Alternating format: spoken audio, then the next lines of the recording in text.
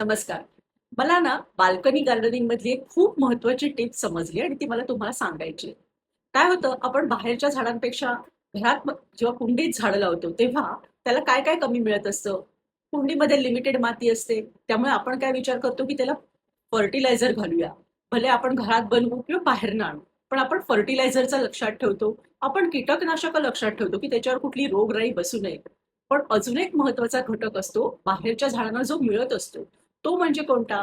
तर वरून जेव्हा झाडाची सगळी गळलेली पानं जमिनीवरती पडतात किंवा इतर काही घटक पडतात, तर ते जमिनीमध्ये मुरतात, तेव्हा त्यांच्यापासून बनत असतं ह्युमिक ॲसिड.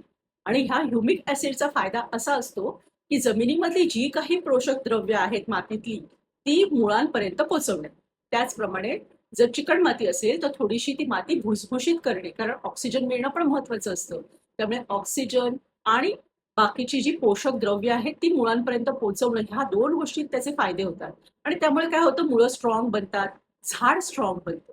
जेव्हा एखाद्या झाडाची सुरुवातीची स्टेज असते त्याच वेळेला जर आपण ह्युमिक ऍसिड दिलं आपल्या कुंडीतल्या झाडांना तर त्यांची मुळं स्ट्रॉंग बनायला मदत होते. फक्त ह्युमिक ऍसिड चालेल का? तर नाही, फर्टिलायझर तुम्हाला द्यावेच लागतील, मातीची क्वालिटी चांगली असावीच लागेल.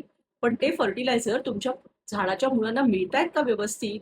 तर ते चांगले मिळावेत म्हणून तुम्ही ह्युमिक ऍसिड जर घातलं तर फायदा होतो.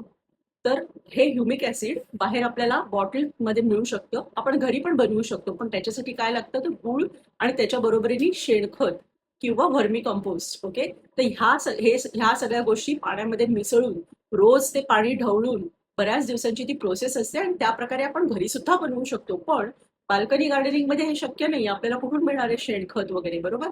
तर त्यामुळे आपण रेडीमेड ह्युमिक ऍसिड आणून ते पाण्यामध्ये त्याच्यावर प्रमाण दिलेलं असतं ते मिक्स करून सुरुवातीच्या स्टेजमध्ये झाडांना घालू शकतो. किंवा काही कधी कधी काय होतं झाडं खूप जून होऊन जातात आणि मग ती फुले नाशी फळे नाशी होतात, त्याही स्टेजला आपण ह्युमिक ऍसिड परत घालू शकतो.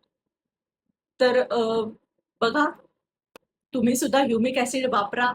Okay, happy gardening.